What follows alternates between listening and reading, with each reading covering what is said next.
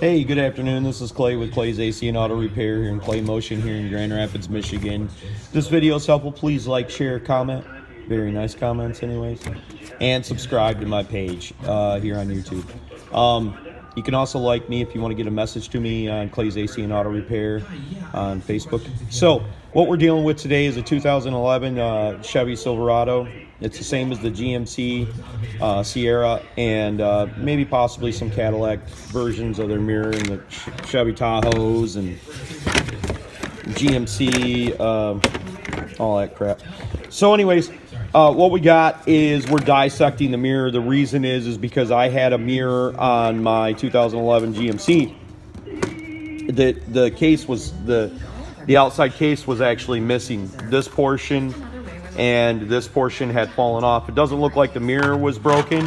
Mine had every accoutrement, so it had, you know, blinkers and heated glass and everything. So I took this apart, and how I did this is the first step that I did was I actually lifted this edge up. Now I did end up cracking it. I bought this mirror solely because of these parts right here, because to buy a whole new mirror identical to mine was over $400, and to get this mirror used at Knight's Auto Parts down in Kalamazoo, and I give them props because they don't do a lot of internet stuff, so I want to put a shout out to them. They gave me this mirror for $45, and that is insanity, because one, it was a power mirror, and it was a shame to tear it apart because this is a very pricey mirror to begin with.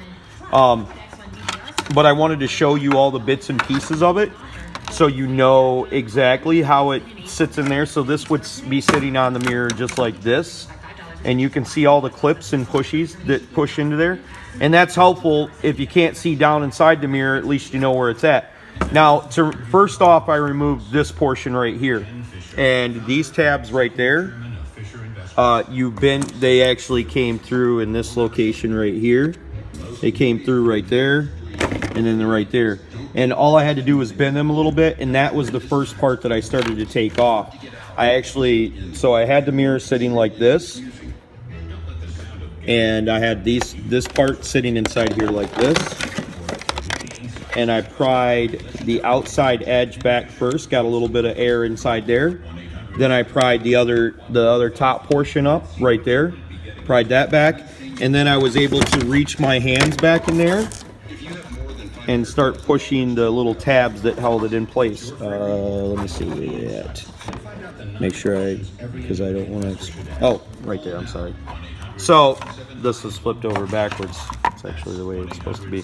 So then I was able to reach down inside the mirror, and with my finger I was able to just push these. I also used a Torx 10 to remove the 4 bolts that house the motor onto there. And then that came off, and then how I got this part off was actually relatively simple. It only really affixes in this one location right here, that tab right there. And I pulled out on the outside of the mirror, down by out here, and it just came off. Didn't break anything. Was very, very happy. I hope this video is helpful for you.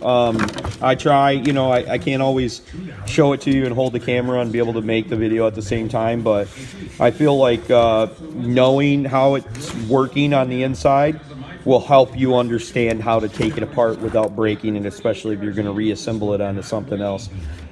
Please subscribe to my YouTube page. Don't cost you anything. I don't sell your information. I don't trade it. I don't do anything with it. But it does help me get a couple extra tenth of a cent on my videos when you subscribe. So please do that. Like me on Clay's AC and Auto Repair. If you want to get a message out to me, that's the best place. Have a great afternoon, and thank you so much for taking the time to watch my video.